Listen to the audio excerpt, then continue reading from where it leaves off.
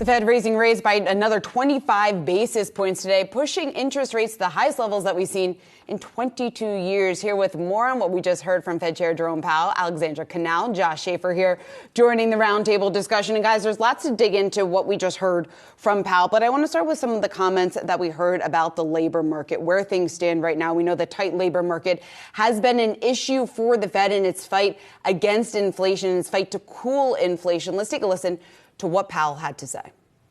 I don't think we're targeting wage inflation. I think what we're looking for is a broad cooling in labor market conditions, and that's what we're seeing. So wages have actually been gradually moving down.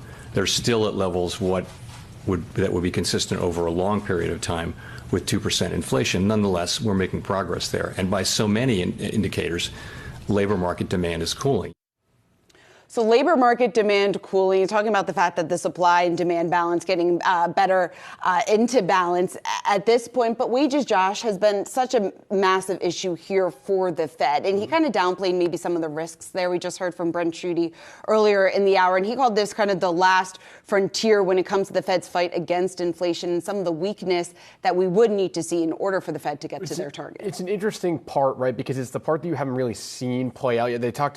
Chair Powell also talked a lot about the fact that we've already seen a lot of why inflation has come down hasn't necessarily been all because of the policy, right? You've had inflation come down for a number of reasons, and now you're at the point where you do need people to probably have less money and be willing to pay that extra amount, that little 1%, that last mile that we've talked a lot about.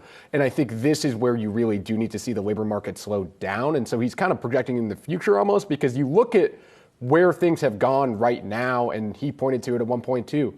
I mean, the labor market is relatively healthy. The unemployment, it's tight, but you could say it's healthy too, right? The unemployment rate flat since they started this process over a year ago. But are you going to be able to get inflation all the way down without that unemployment rate ticking up? He sort of hinted at probably not. That's just not historically how it's worked. I think the question is how much. But, well, I was just going to say, on the historically is not how it's worked. We're also coming out of a pandemic. So it's a very different environment than we've been at before. So I do wonder if that changes the caliber of what the Fed needs to do moving forward. I mean, Jerome Powell did say that it's a, quote, real blessing that we've had a disinflationary environment while the labor market continues to outperform. But I just wonder in this post-COVID economy if the rules of the game are just different. Well, I mean, this is really where the divisions lie, right, within the FOMC. And we were talking about this earlier in the show, but it is about how much of that additional 1%, the 2%, depending on which, metric we're looking at in terms of inflation, how much of that will be in the Fed's control. And to your point, Allie, if you think about where inflation has gone, a year ago we were at 9%, roughly 9%. So much of that was because of what happened during the pandemic, the supply chain snags, having the shortages. A lot of that has eased already. And then it becomes, well, to what extent can monetary policy get you to that last mile, to that 2%? The Fed chair doesn't want to be seen as saying, well, we want people to lose jobs. That's not the messaging he wants. But at the same time, the very quote that Brent Schutte talked about, which is that, at the end of the day, we want wages to go up with a pace that is consistent with the 2% target. And that, I think, is key. Yes, we want wages lower than how much they're increasing right now, right? Exactly. That's why it's key. Yeah. And is that actually right? And is that going to come? I think is sort of the interesting piece of that. But I thought it was also interesting too. He kind of got thrown it's looking more like that soft landing might happen a couple times. He could have maybe taken a little bit of a victory lap when it comes to that, or at least said, things are looking better, and he never really bid on that. I thought at least multiple questions left that open for him to say, things do probably look a little bit better than they looked a month ago or 2 months ago. And he said, well, been in the same camp the whole time. But I thought that was an interesting part of it.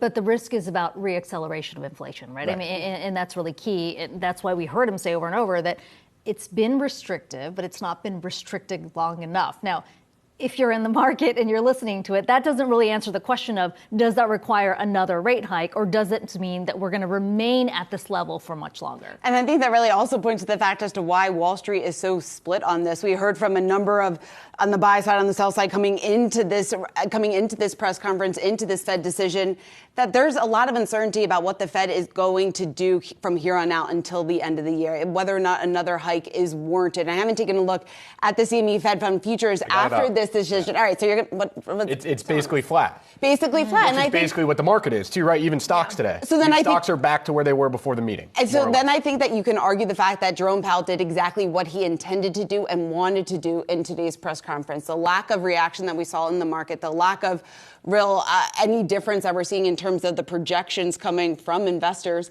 I think that means he walked that fine line. He did it well, and he was still saying, and he said it a million times, that the Fed's leaving its door open. It's going to be data dependent. All options on the table. All options on the table. Maybe we do. It's the summer of choice, right? You're going to see Barbie or Oppenheimer. Are you going to hike or you're not going to hike? I love that he got the Barbie question, too. Of course. That was amazing. I thought Morgan Stanley put it really well. They said, why rock the boat? When you have it priced at 99% that you're going to hike, you do the hike, right? You talk about the fact the economy is strong. He took a couple nice jabs there about things going well, pointed out everything that's obvious, everything that's data dependent that you've seen, and then said, we'll see in September. We haven't really decided anything, and sort of said basically nothing. He moved the market up a little bit. Stocks were up for a little bit. And then he reminded everyone that we're not going to get to 2% inflation until 2025.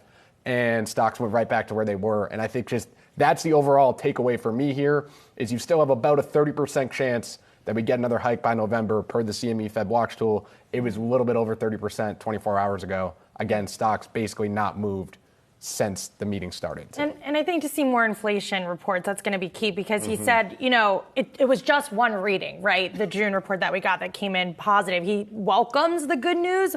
And, many forecasts are calling for inflation to stay low. But he said that is hard to just go off the forecast. They need to see the data. And that's going to be key whether or not the Fed decides to hike in September. It's a good use of time, right? You have until September. You have multiple more inflation reports. You have 2 more jobs reports. Why comment too much on one report and make too much out of it if you really don't have to? Yeah, that's the Fed Chair's way of just keeping the door open on both directions. And right? he did. And we've got 8 weeks to now discuss what exactly we think the Fed is going to do next. All right.